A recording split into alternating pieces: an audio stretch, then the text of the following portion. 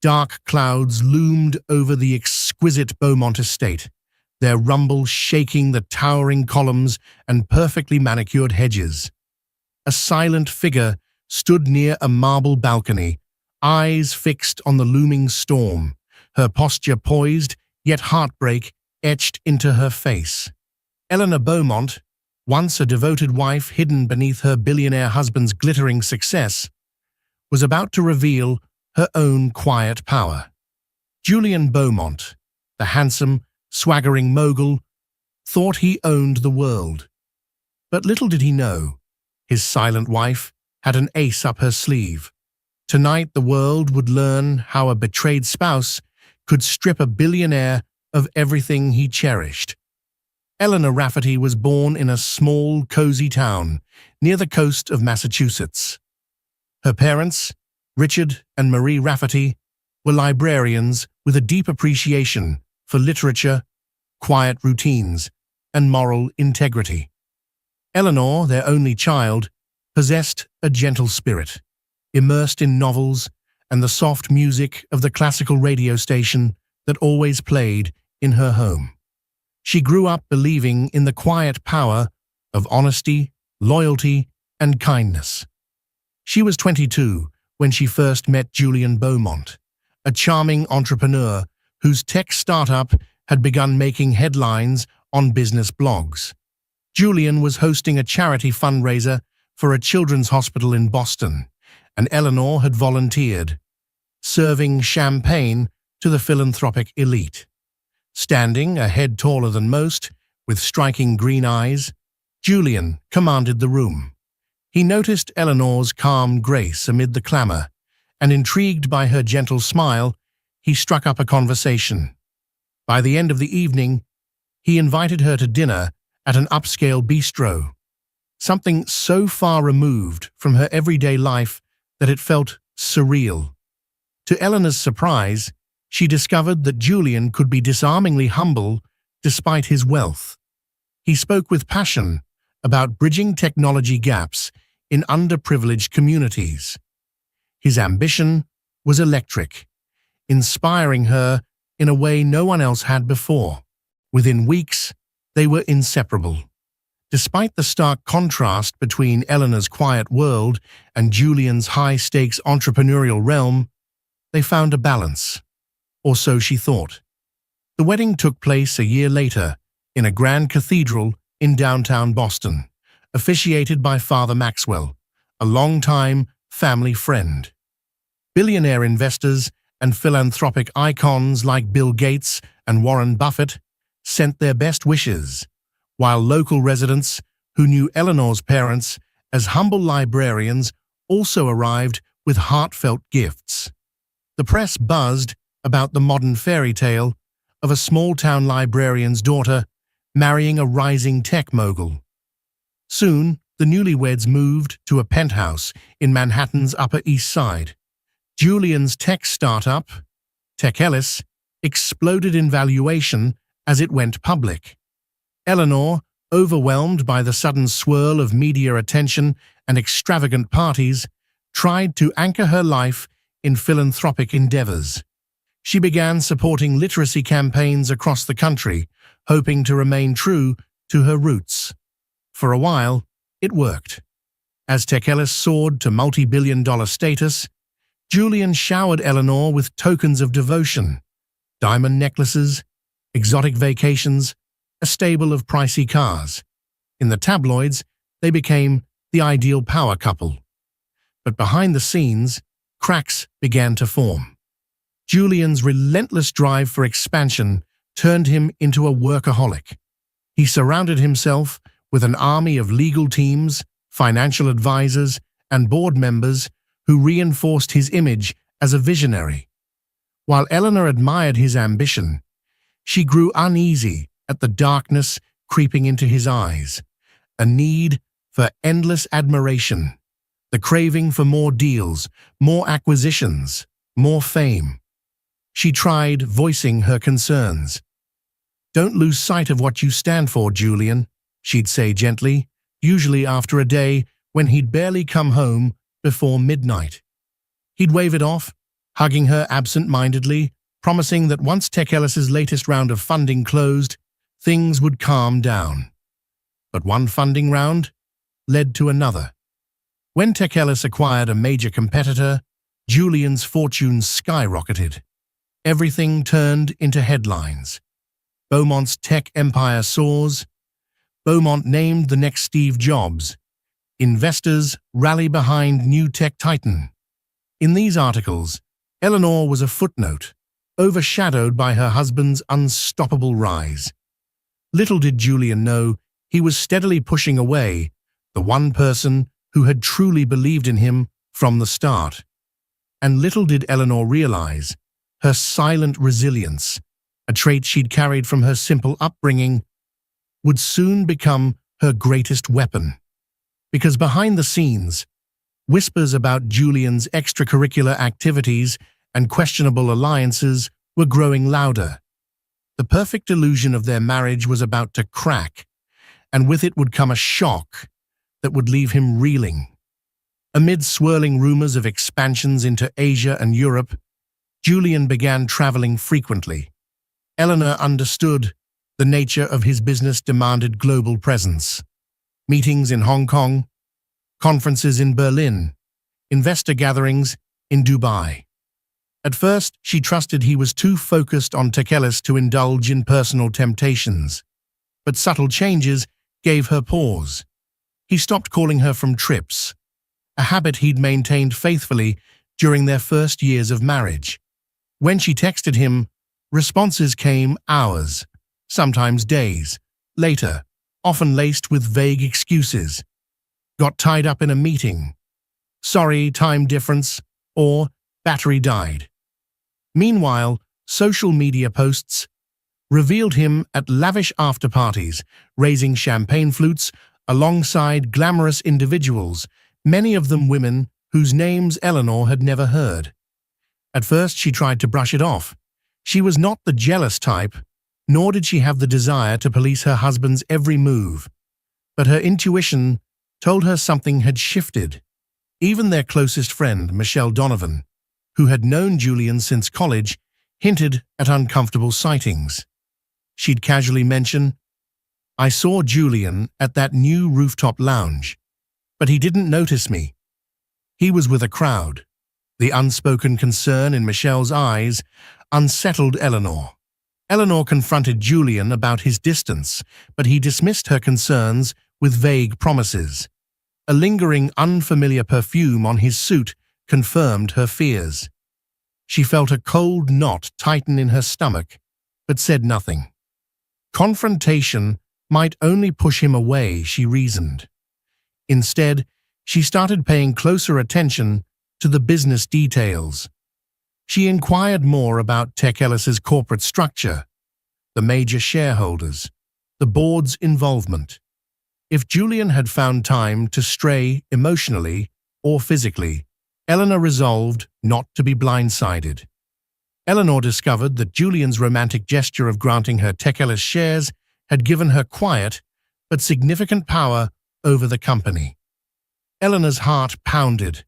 She imagined a scenario where Julian might attempt to cut her out if things turned sour.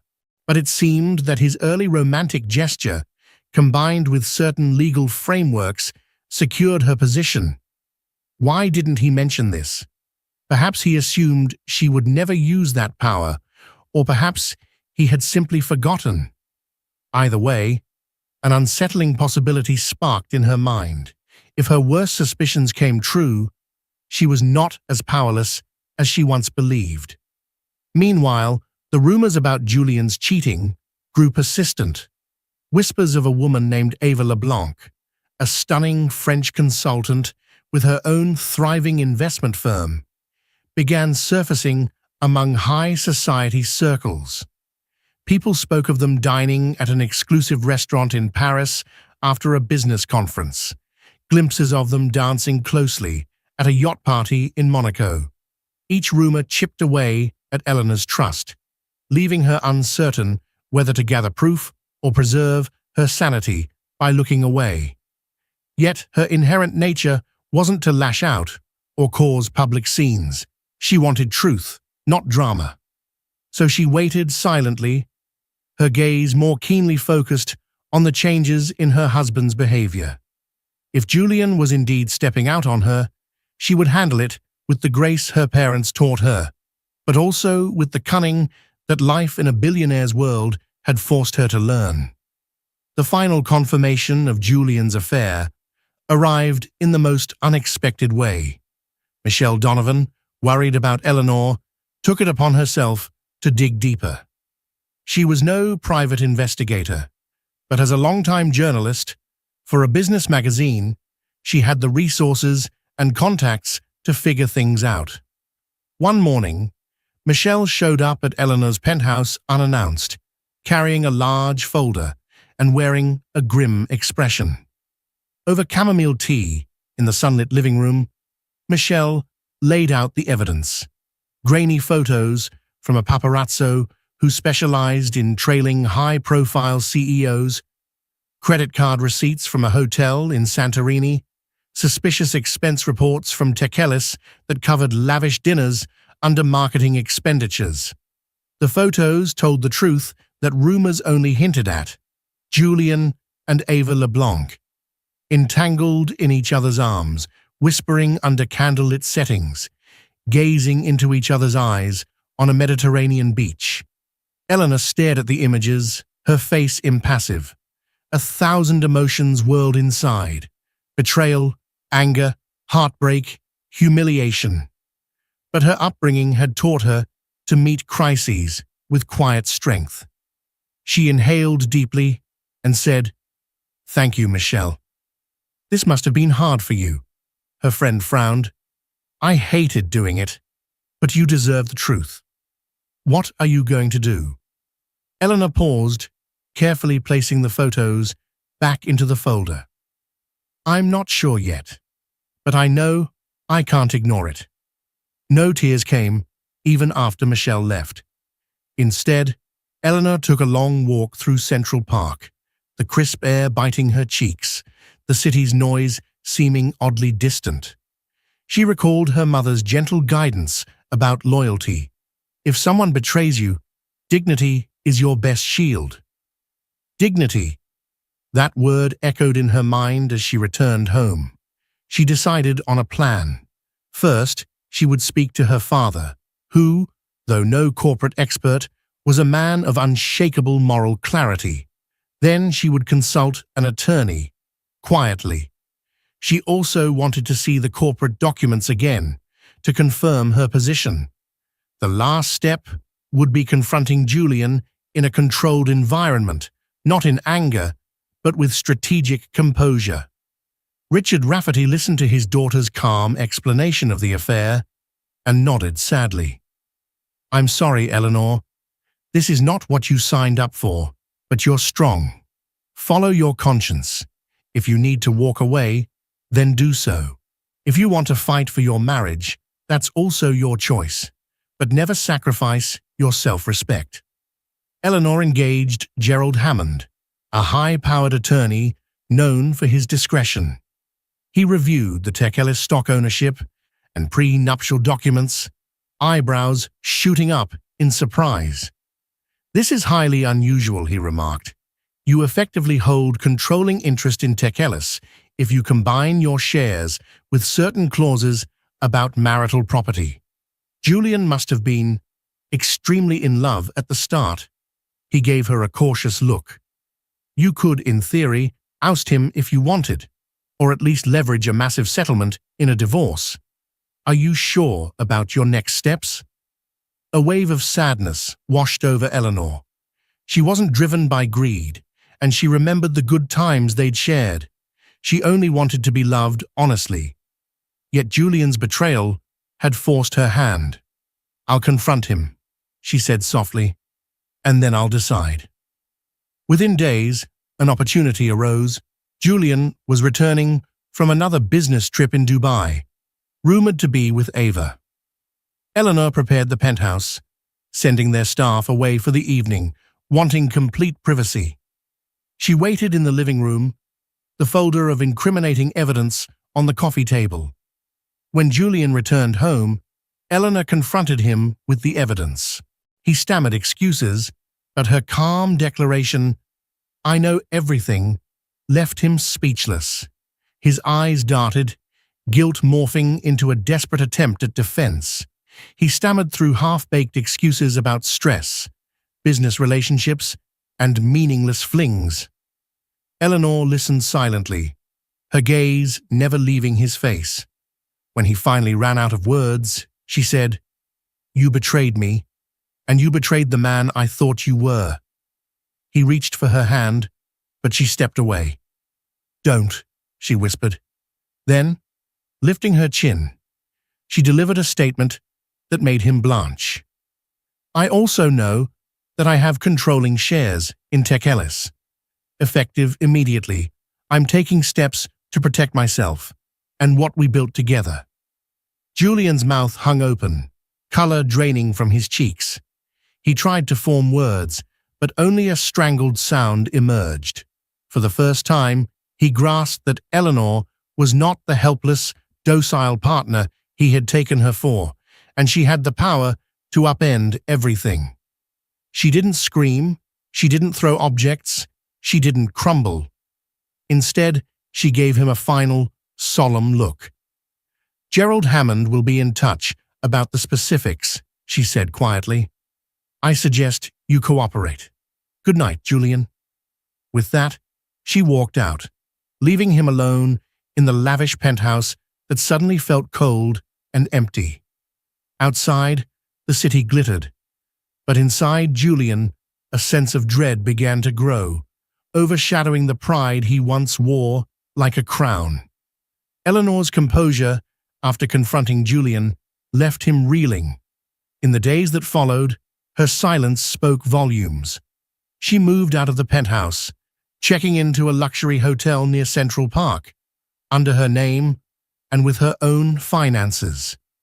Julian discovered that the staff refused to divulge any details of her whereabouts. She had instructed them to remain loyal to her or risk termination.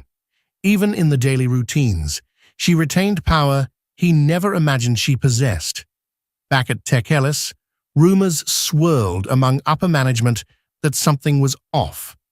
Julian became uncharacteristically erratic, snapping at employees, missing key meetings, and cloistering himself in his office. The board noticed. Whispers about his personal life, overshadowing his leadership, began to surface. Meanwhile, Ava LeBlanc's presence grew more blatant. She attended strategy sessions as a consultant and frequently lingered in Julian's corridor. Some employees gossiped that she was pulling strings behind the scenes, pressuring Julian to grant her bigger roles.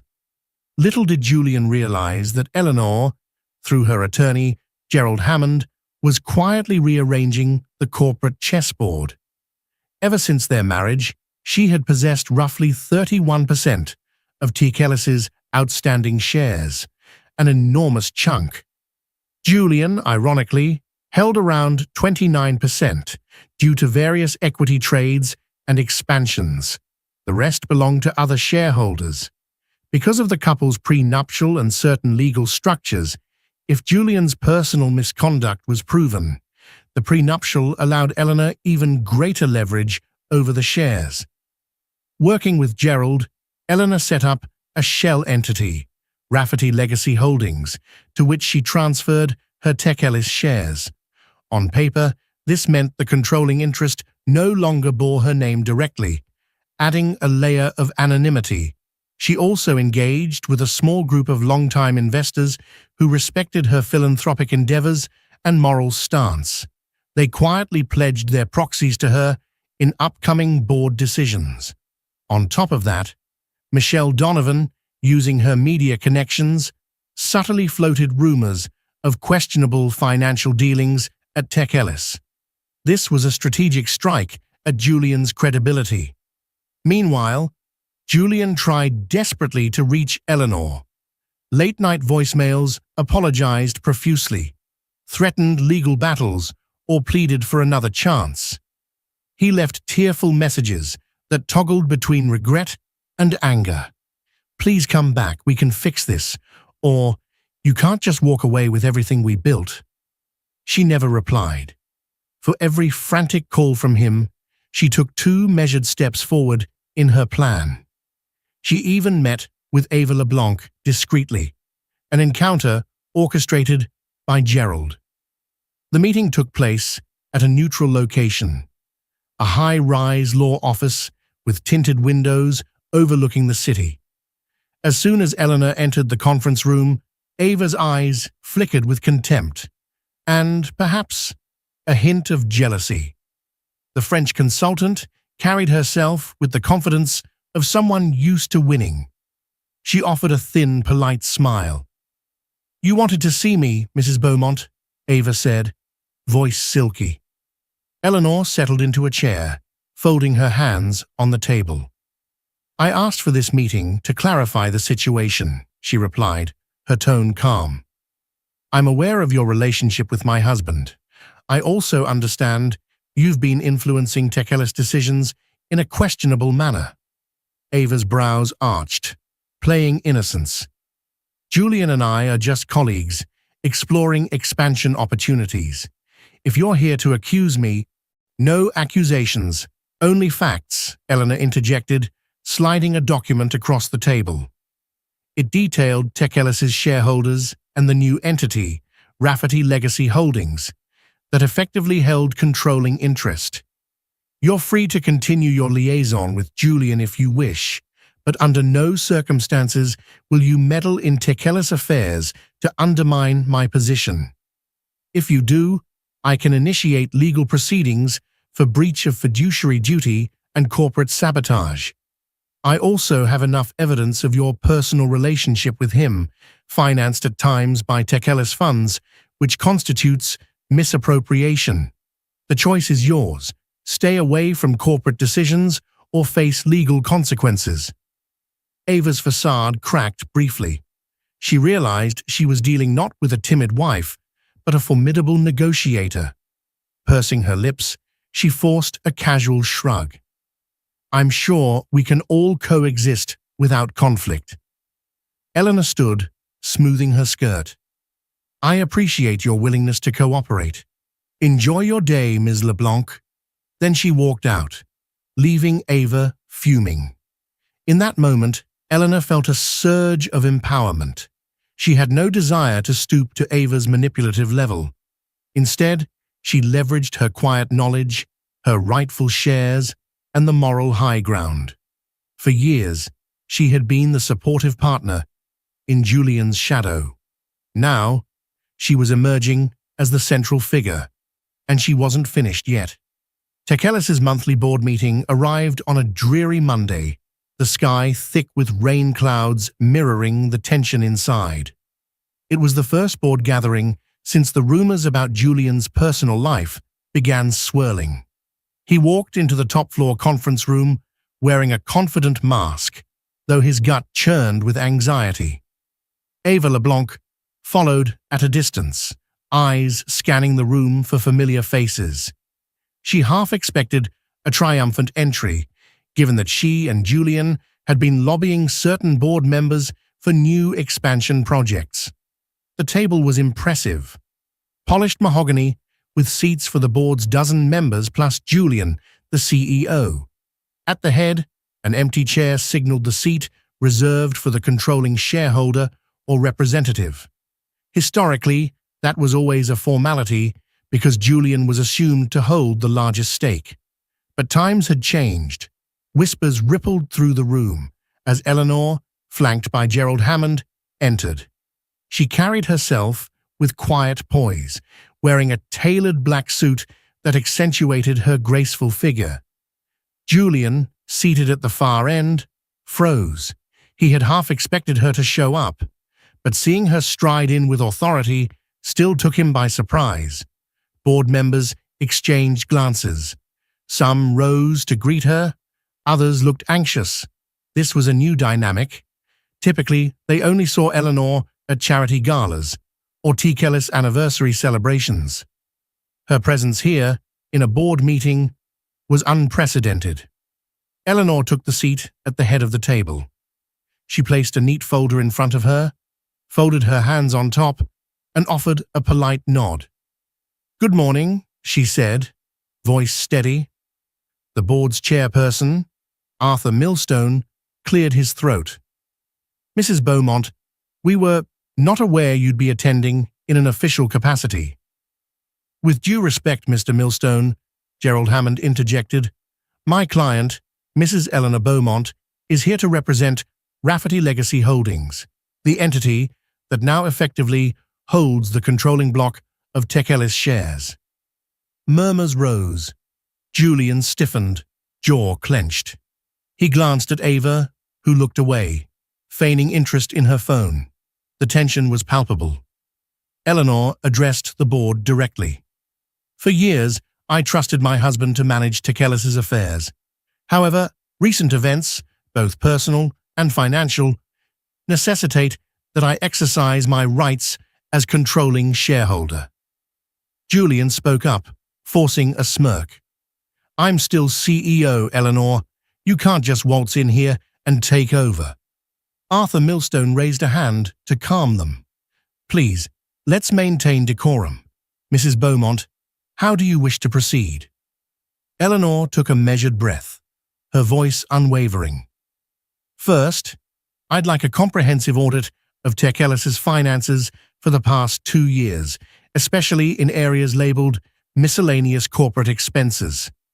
Second, I propose suspending any new expansions or mergers until the audit is complete. Third, we open the floor to discuss the leadership structure going forward." Julian's face reddened. "This is madness. You can't suspend expansions. We have deals in the pipeline." "Deals that haven't been approved by the full board," Eleanor countered softly. She looked at the members. "I'm not here to harm Tech Ellis. I'm here to protect it from unethical decisions. If the expansions are legitimate, they will stand upon scrutiny. If not, they will be halted. As for leadership, I believe the board must review Julian's role, given the controversies swirling around his personal finances and potential misuse of corporate resources." A hush settled. Board member Patricia Reynolds, who had previously admired Julian's vision, spoke gently. "Mr. Beaumont, we can't ignore these concerns. Shareholders are spooked. Investors are calling. We need a show of stability and integrity. An audit might be necessary." Julian's hands curled into fists under the table. He scanned the room, searching for support, but saw only apprehension or resignation on the faces that once applauded his every move. Then he turned to Eleanor, anger and betrayal darkening his eyes. "You'd destroy me like this?" Her gaze held a quiet sorrow. "You destroyed what we had the moment you prioritized your ego and your affair over our marriage. I'm merely ensuring Tech Ellis isn't dragged down by personal indiscretions." Gerald Hammond glanced at Julian. "We welcome your cooperation, Mr. Beaumont. It would demonstrate good faith to the board and shareholders." Julian glowered, but he realized he was cornered. A meltdown here would only confirm everyone's worst fears. Forcing a tight smile, he muttered, "Fine. We'll do the audit." He glared at the board members, "But know that I have no intention of stepping down." Eleanor simply nodded. "We'll see what the audit reveals." With that, the board meeting moved forward, though the atmosphere remained charged with tension. The powerful CEO who once strode into these meetings as a visionary now found himself at the mercy of his betrayed wife's newfound authority. Outside, rain battered the glass windows, as if the heavens themselves lamented the fracturing of an empire that once seemed invincible. The decision to audit Tech Ellis unleashed a whirlwind of activity. Arthur Millstone appointed an independent accounting firm, Jacoby & Price, to pore over the company's ledgers. They arrived in droves, well-dressed financial experts armed with laptops and endless spreadsheets. The firm interviewed employees, demanded access to private files, and flagged any suspicious spending. Emails referencing special dinners and private jets soon surfaced, painting a picture of reckless expenditures with little oversight. Meanwhile, Julian's focus collapsed under the weight of scrutiny. He found himself bombarded with pointed questions from Jacoby and Price auditors. Why had tens of thousands of dollars been funneled into overseas accounts labeled consulting fees? Why were there repeated charges for five-star resorts that never aligned with official business travel? In each case, he struggled to explain. The board looked on with concern, their confidence in their charismatic CEO eroding by the day. Ava LeBlanc fared no better. Once she realized the audit was serious, she tried to distance herself, claiming she was merely an external consultant. But her name appeared too frequently in Tekelis's expense reports, linking her to questionable transactions. She locked herself in conference rooms, calling in favors, trying to hush rumors. Some board members suggested she should resign. Her pride wouldn't allow that, but she felt the chill of disapproval in every corridor. Eleanor, on the other hand, remained a calm presence. She didn't gloat or parade her authority. She simply attended each board meeting, listened attentively to updates from Jacoby and Price, and asked thoughtful questions. If the auditors needed more time or resources, she approved them without hesitation. Her aim was clear: restore Tekelis's integrity. On a personal level, every new revelation of Julian's misuse of funds, often to impress Ava or to throw lavish private parties, pierced her heart, but she kept her composure. She was determined to see this through to the end. One afternoon, she received a call from Michelle Donovan, who had been quietly gathering intel as well. "You won't believe what's making the rounds," Michelle said, her voice urgent. "Some tabloids got wind of the internal audit. They're publishing exposés on Tekelis's shady dealings. Julian's affair with Ava is about to go mainstream news." Eleanor sighed, her voice tinged with weariness. "I expected as much. Let the truth come out. If the public needs to see what's behind the curtain, so be it. Tekelis will either survive or it won't, but I refuse to let lies continue." That night, headlines blazed across social media and financial news networks. Tekelis under audit, allegations of fraud and extravagant spending. CEO Julian Beaumont linked to scandalous affair. Company shares plummet on investor fears. Tekelis stock took a nosedive, losing hundreds of millions in market capitalization overnight. Julian, holed up in his private suite, watched the meltdown on multiple TV screens, while Ava tried to console him with empty words. Every ring of his phone could be an investor pulling out, a journalist demanding comment, or his lawyers warning him that he faced possible legal action. Fury coiled in his chest. He slammed a glass onto a marble counter, shattering it. "She's destroying everything," he seethed, referencing Eleanor. "I have to stop this." Ava flinched at his outburst, fear flickering in her eyes. Maybe we should issue a public statement, deny everything, place blame on the board, or claim the audit is routine." Julian raked a hand through his hair, exhaling shakily. "Number, they have real evidence. Denial won't work. I need to talk to Eleanor." He sounded more desperate than determined. The next morning, Julian tried to call Eleanor, only to be rerouted to Gerald Hammond's office. He was told any communication regarding Tekelis or personal matters must go through legal channels. Frustration mounted. In a last-ditch move, he marched down to the building where the board convened and cornered Eleanor in the hallway. Wearing a simple, elegant dress and carrying a stack of files, she looked at him with detached calm. He half expected her to lash out, but she simply raised an eyebrow. "Is there something you need?" His voice quavered. "We need to talk about the damage you're causing. Our stock is in free fall. The board is losing faith." She regarded him with quiet intensity. "I'm not the one who ran off with a mistress and charged it all to Tech Ellis. This is the consequence of your actions, Julian."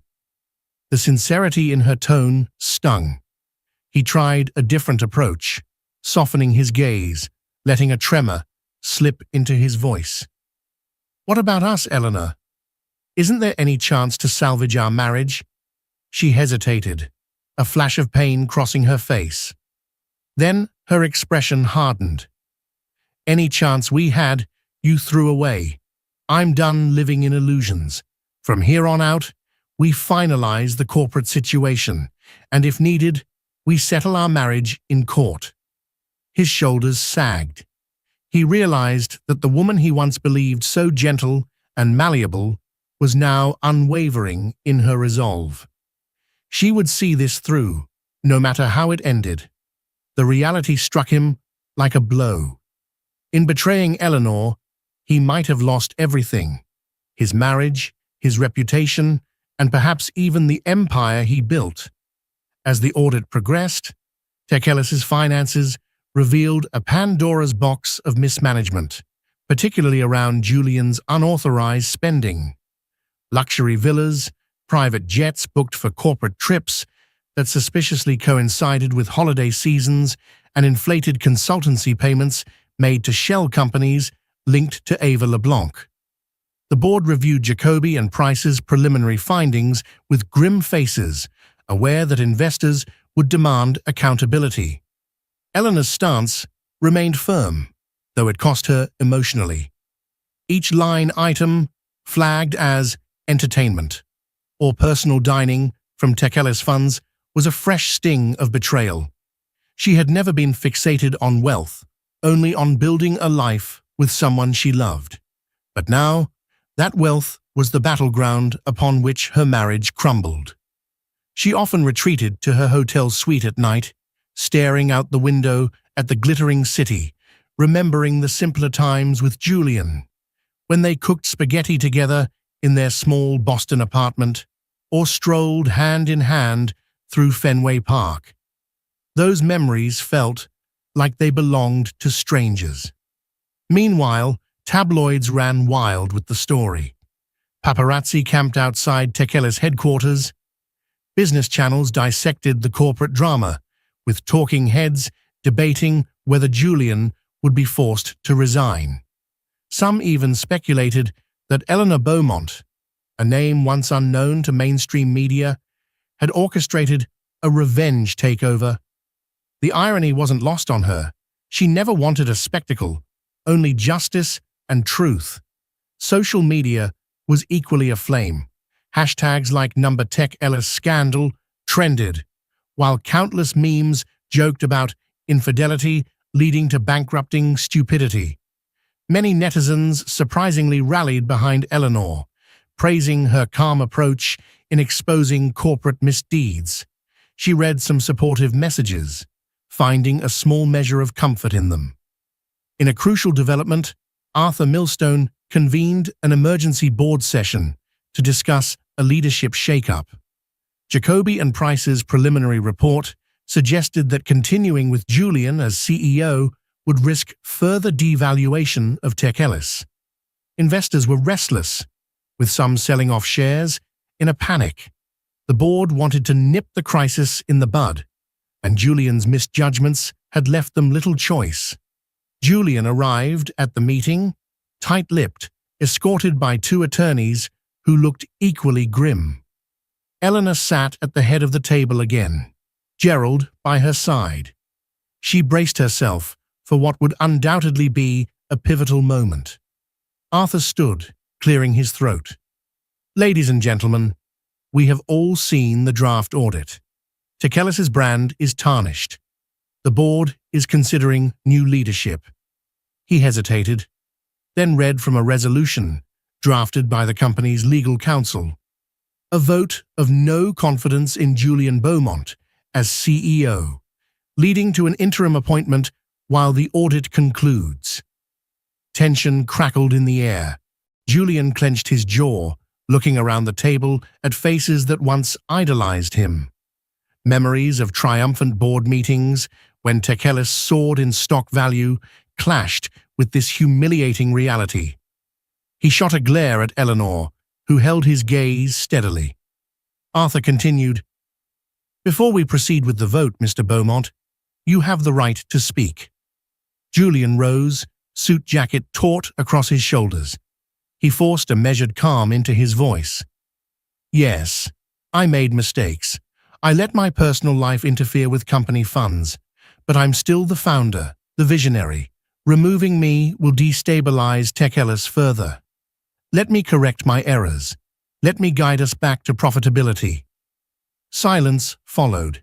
Then Patricia Reynolds, who had once been Julian's staunch supporter, spoke in a resigned tone. "Julian, you lost our trust. We need stability now, not apologies. I'm sorry, but I have to vote in favor of new leadership." One by one, the board members cast their votes.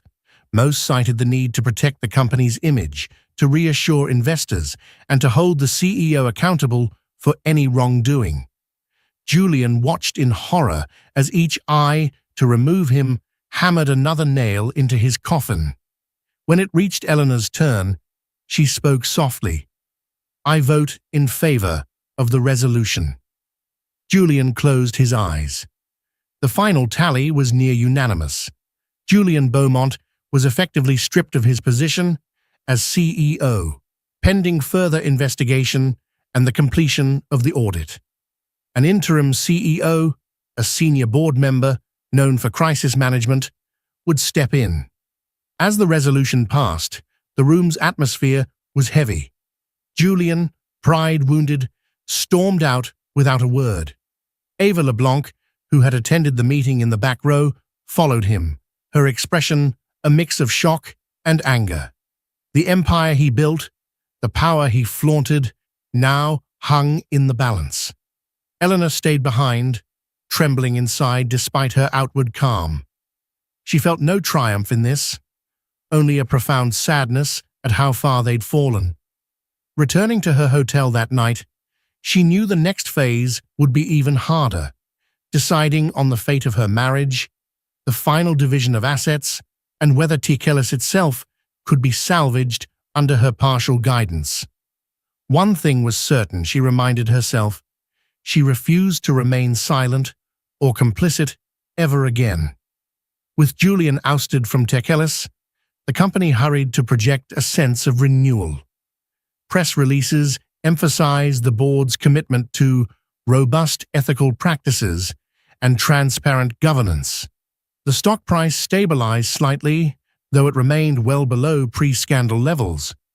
Major investors like the Westbridge Group and Hudson Equity issued cautious statements of support as long as the transitional leadership took Tekelis back on track. Julian found himself in a surreal limbo.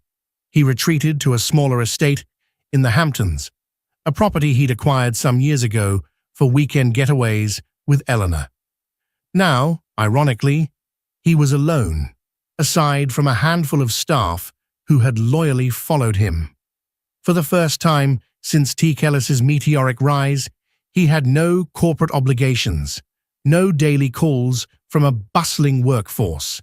His phone rang less, and when it did, it was typically reporters hounding him or lawyers fretting about potential litigation. Ava LeBlanc tried to comfort him at first. "We'll figure this out," she murmured over a dinner of catered sushi in the estate's lavish dining room. But tension simmered between them. She was bitter that their affair had become public knowledge, damaging her reputation in the investment community. And Julian's mood swung from rage to self-pity, making him an unpredictable partner at best. Within days, they quarreled frequently, culminating in Ava storming out, suitcases in hand, muttering curses in French. She left behind only a note. This is no longer beneficial for me. Adieu. Julian stared at her note, feeling a hollow pit where his pride once reigned. The lavish estate around him, the marble floors, designer furniture, priceless artwork, felt meaningless without the adoration of the business world or the quiet support of the wife he had betrayed. He roamed empty hallways, recalling half-forgotten memories with Eleanor, a snowy New Year's Eve at this very estate, where they toasted with hot chocolate, not champagne, by the fireplace, dreaming of the future. That future was now in tatters. Meanwhile, Gerald Hammond and the Tech Ellie's legal team negotiated relentlessly with Julian's lawyers over the distribution of assets. Because Tech Ellis's shares largely belonged to Eleanor through her Rafferty Legacy Holdings entity, she technically controlled the direction of the company. The prenuptial conditions and the potential for a messy divorce led many to wonder if the brand would survive. Rumors even suggested that a major competitor was poised to make an acquisition offer if Tech Ellis couldn't regain stability. Eleanor, for her part, felt the weight of the world on her shoulders. She never wanted to become a corporate magnate. Her passion lay in philanthropic work and quiet evenings with a good book. Yet she also recognized a responsibility to Tech Ellis's employees, thousands of people whose livelihoods depended on the company's success. She spent her days in meetings with the interim CEO, ensuring minimal disruptions to day-to-day operations and forging a new code of ethics that would prevent future misappropriations. At night, she laid awake, replaying her life with Julian like a distant dream.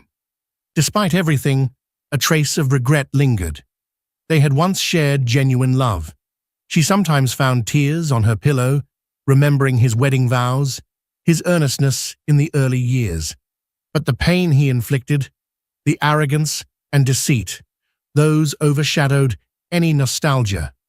If she entertained any thought of reconciliation, the relentless news cycle about their scandal slammed the door shut. She realized she was better off charting her own path.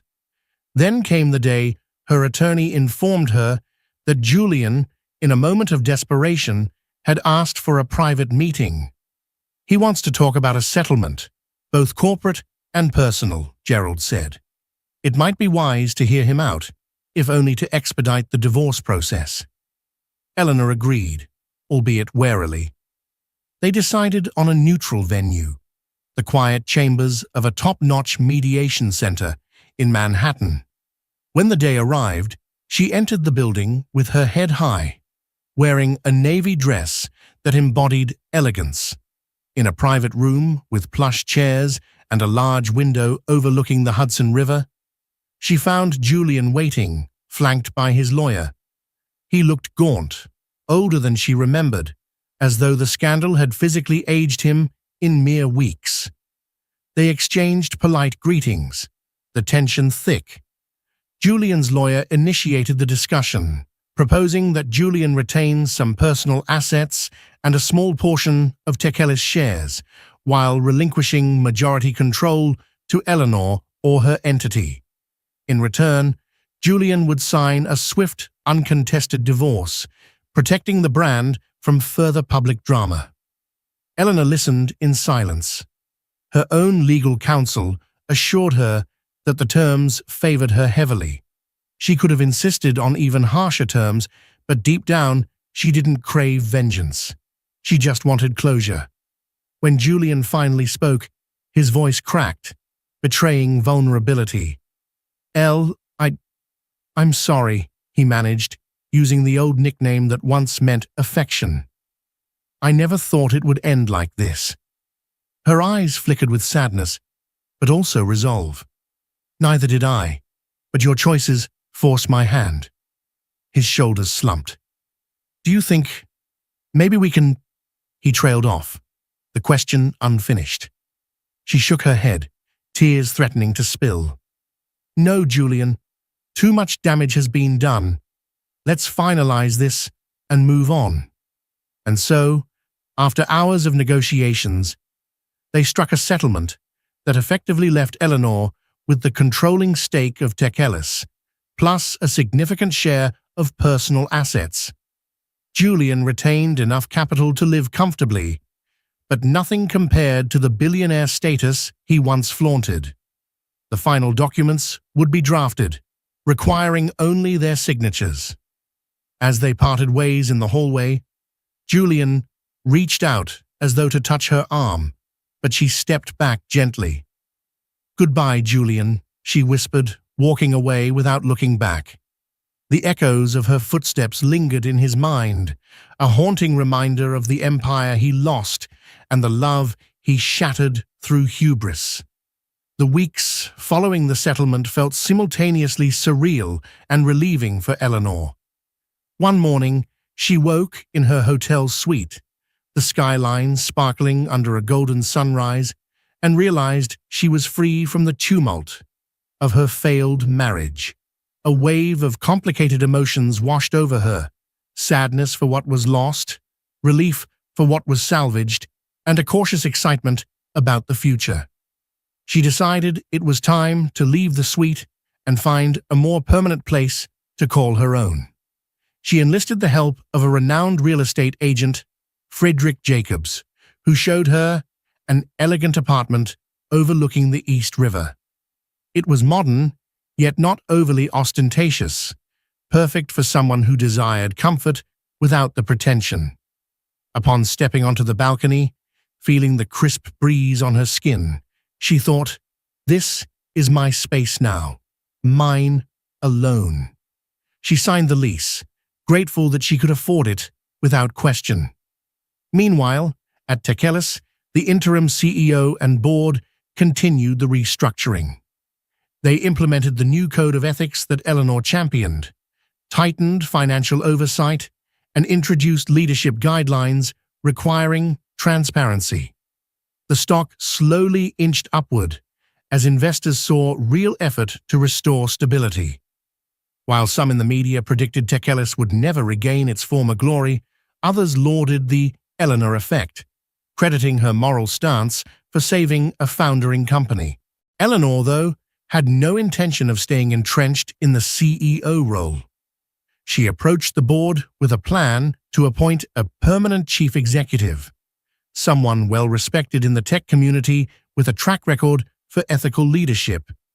She insisted on staying engaged as a major shareholder, offering strategic direction, but not as a daily operator. "My passion lies in philanthropic work," she explained to the board. "Once Techelis is secure, I'd like to focus on that." The board agreed, appreciating her clarity and the sense of unity she inspired. Within a month, Techelis appointed Linda Zhao, a respected tech innovator known for spearheading sustainable computing initiatives, as the new CEO. Under Linda's leadership, Techelis launched a new philanthropic branch dedicated to bridging digital divides in underserved regions, an initiative Eleanor had long wanted.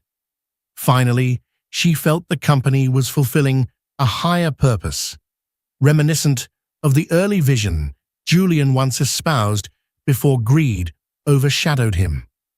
In her personal life, Eleanor found solace in reconnecting with old friends and forging new alliances.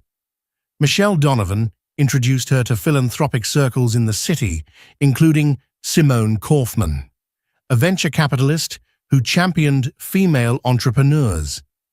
Together, they discussed setting up a foundation to fund women-led startups, an idea that sparked a fresh sense of purpose in Eleanor's heart. The final step was signing the divorce papers. By now, everything was prepared.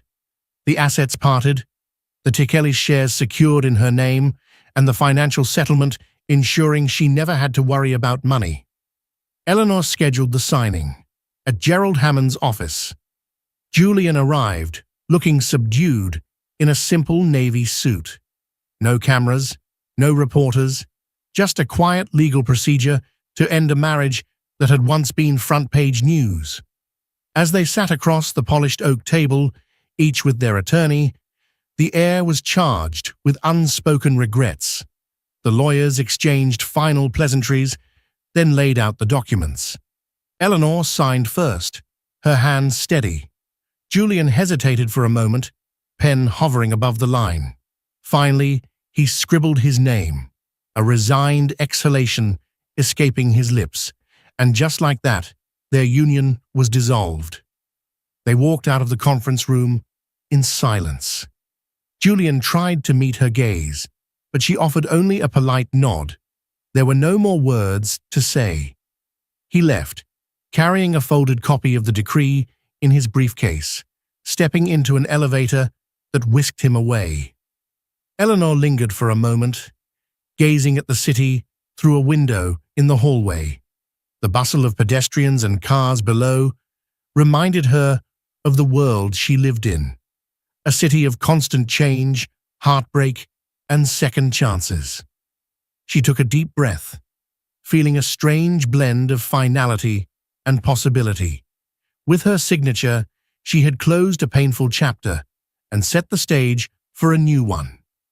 That evening, she moved her last suitcase into the new apartment. She made a cup of chamomile tea, settling into a comfortable armchair near a large window. Gazing at the lights reflecting off the East River, she allowed herself a small smile. She had lost a marriage, but gained her self-respect, and with it, a path to an authentic life. Tomorrow is another day, and it's mine to live on my terms. In the months that followed, Eleanor's transformation became a quiet inspiration for many. She poured herself into philanthropic initiatives, launching the Rafferty Foundation, named in honor of her parents, to promote literacy and tech education in underprivileged communities. She leveraged her connections, not for personal gain, but to forge partnerships between techelis, smaller nonprofits, and philanthropic icons like Oprah Winfrey's Angel Network. Bill Gates even reached out with a letter praising her dedication to bridging digital divides in developing nations. Without the burden of daily corporate politics, Eleanor felt liberated. She traveled to rural areas where techelis-funded programs provided internet and digital learning resources. In a small village in Kenya, she read storybooks to children in a newly equipped library.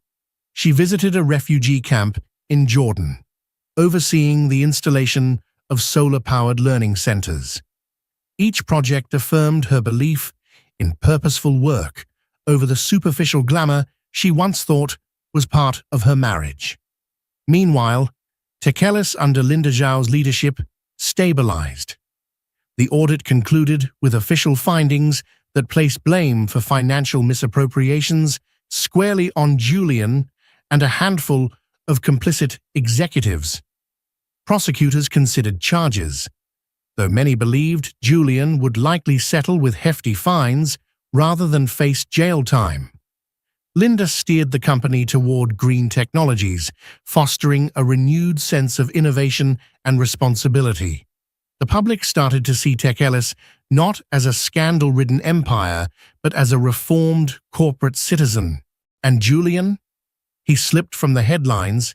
He retained some wealth, enough to maintain a comfortable life, but his star power in the tech world was gone. Rumor had it he spent his days seeking new ventures, but potential partners viewed him with caution.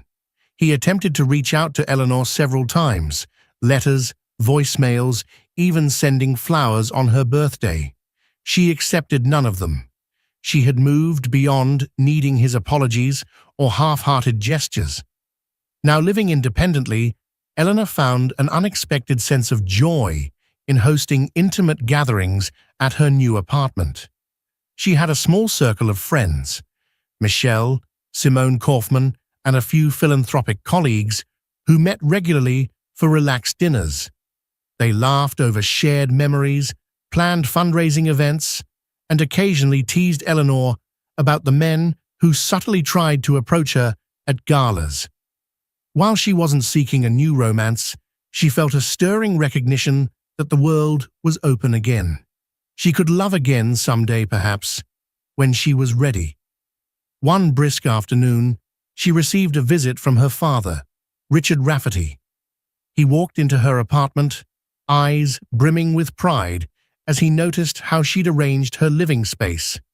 Shelves lined with books, fresh flowers, a painting of a sunset over Cape Cod, a nod to her Massachusetts roots. Sipping coffee at her kitchen table, he smiled. "You've come a long way, Ellie." She nodded, warmth filling her chest. "I was so scared when everything collapsed, Dad, but maybe it had to happen. I lost illusions, but found myself." He reached across the table, squeezing her hand gently. "Your mother and I raised you to stand up for what's right, and you did so with dignity. That's something no one can take from you." They spent the afternoon reminiscing about her childhood, her mother's teaching methods at the library, and the day she first met Julian at that charity event. How wide-eyed she'd been. Despite the heartbreak, they chose to remember the hope she carried then, a hope that now manifested differently, not pinned to a man's ambition, but directed at a broader vision of service and empowerment. As the sun set over the East River, casting a golden glow through the windows, Eleanor walked her father to the door. She realized she had an upcoming flight to finalize, a trip to a remote region in South America, where the Rafferty Foundation was establishing a digital literacy center. She was eager to see the children's faces as they opened ebooks for the first time. In that moment, she recognized that her story, once consumed by a cheating billionaire husband and a silent wife's pain, had evolved into something else entirely. She was no longer that silent wife. She was a determined philanthropist, a savvy shareholder, and a woman who discovered her voice. And as she closed the door behind her father, she felt the gentle thrill of a new day dawning, a day shaped by her choices and guided by the unbreakable resilience she'd always carried within.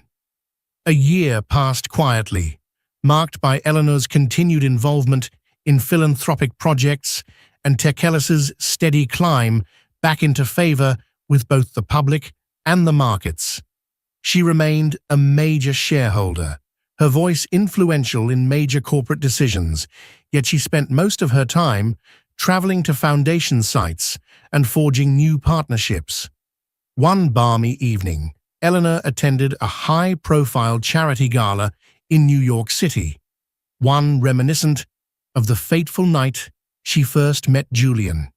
This time, however, she walked through the grand doors, not as a spouse on a billionaire's arm, but as a guest of honor recognized for her philanthropic achievements.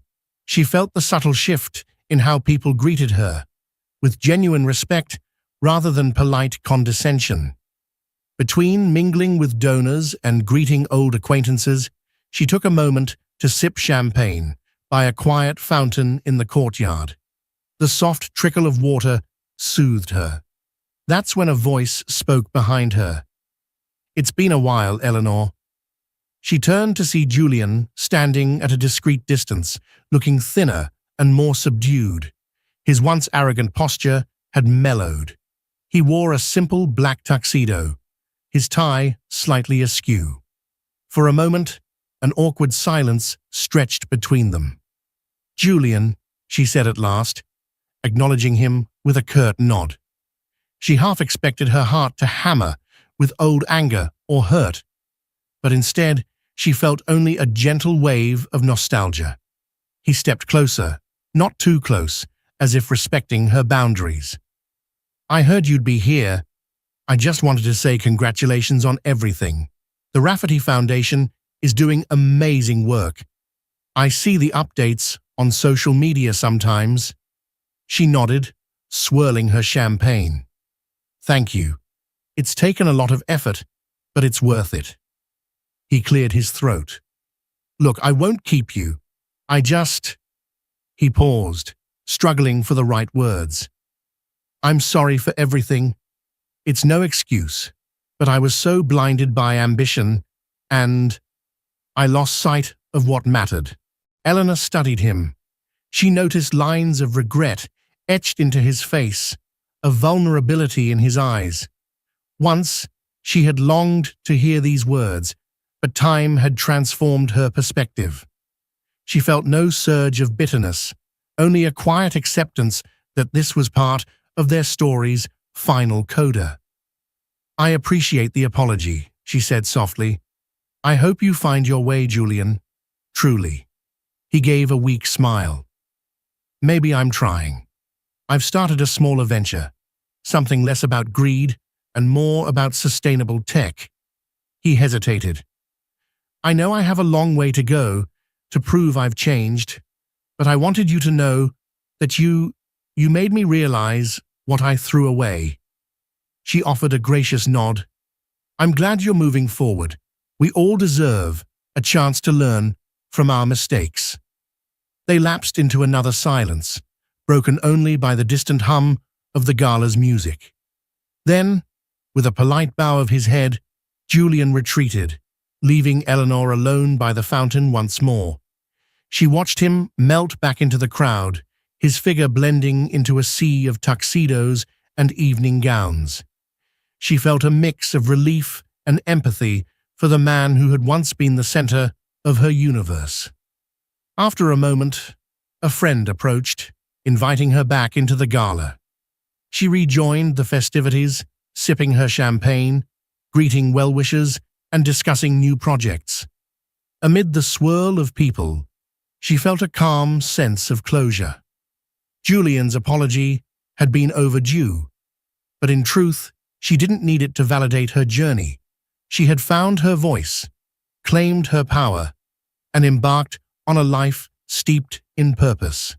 By midnight, the gala wound down. Stepping into her waiting car, Eleanor gazed up at the star-strewn sky, the city lights twinkling below. Tomorrow, she'd fly to another foundation site, continuing her mission of empowering young minds through technology. The memory of Julian's downfall and her quiet triumph over heartbreak were part of her story. Yes, but they no longer defined her. She had discovered something far more profound: self-reliance, compassion, and the strength to reshape her destiny on her own terms.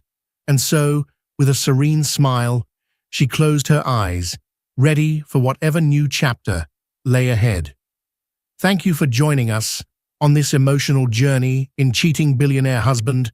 Silent wife takes all shares, leaving him empty-handed. This story reminds us that even the most dazzling fortunes and grandest public images can crumble when met with betrayal and moral failings. Yet it also highlights a quieter strength, the unassuming wife who finds her voice, claims her power, and reshapes her life with dignity. If this tale of heartbreak, resilience, and personal triumph resonated with you, please like, share, and subscribe to our channel. By doing so, you help us bring more captivating stories of love, loss, and redemption to life. We appreciate your support and look forward to sharing more narratives that speak to the enduring power of the human spirit. Thank you for watching, and see you in the next story.